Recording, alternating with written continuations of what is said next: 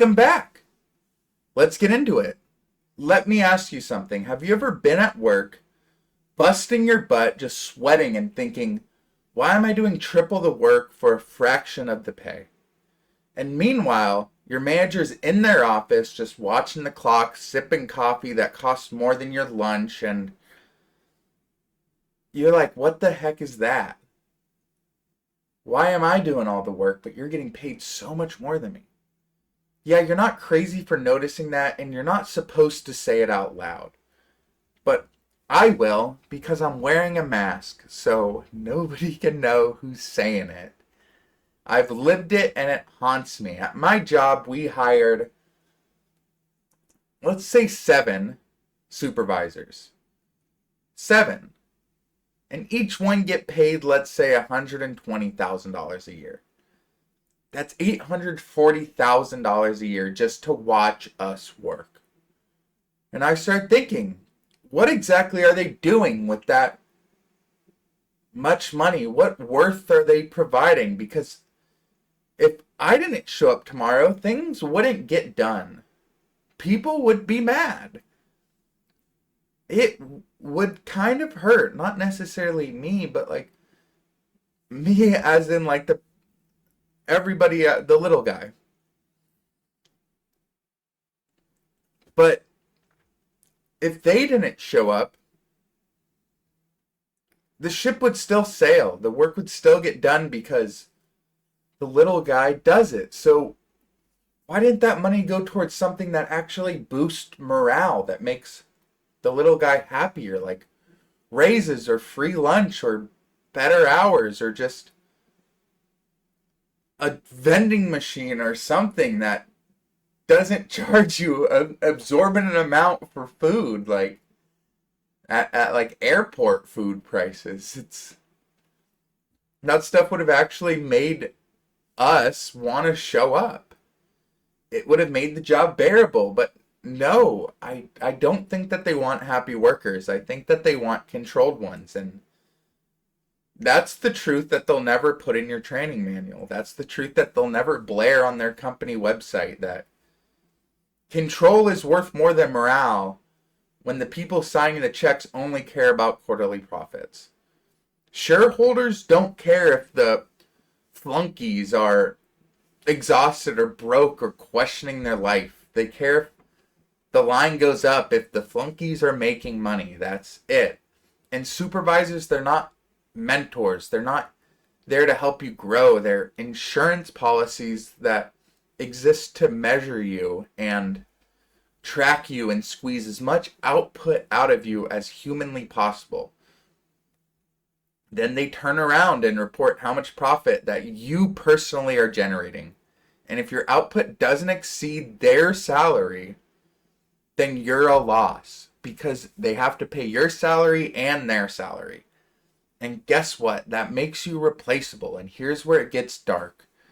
If you're entry level or in the trenches or just another badge in the system that you have to scan every time you get into the building, you're not an individual to corporate leadership.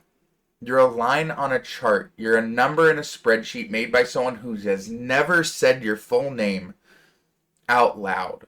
They have no clue what you look like. They have no clue how you act. They have no clue what you do when you get home. They don't care. And the math they use to decide your fate is simple. What is the cheapest way to keep this person satisfied just enough not to quit?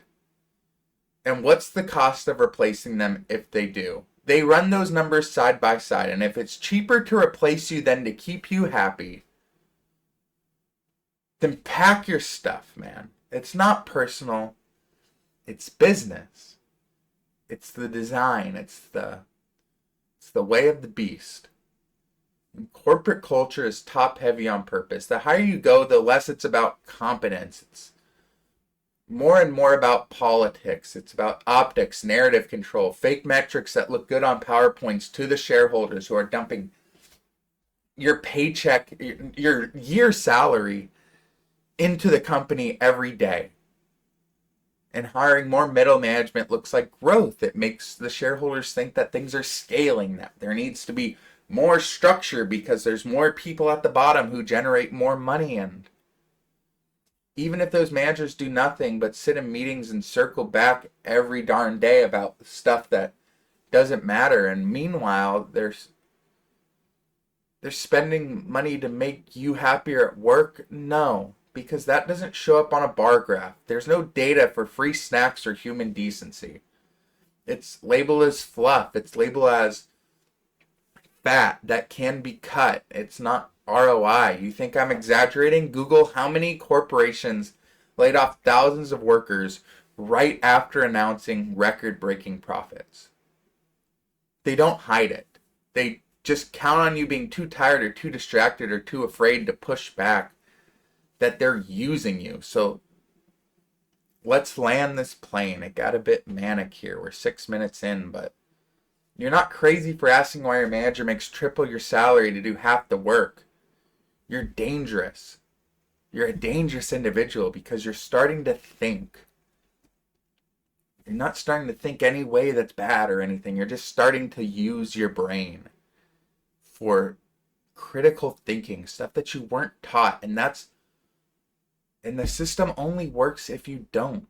If you stay quiet, if you don't ask questions. But the second you start to see through this illusion, the fake hierarchy, the team slogans, the birthday cupcakes in the break room, you realize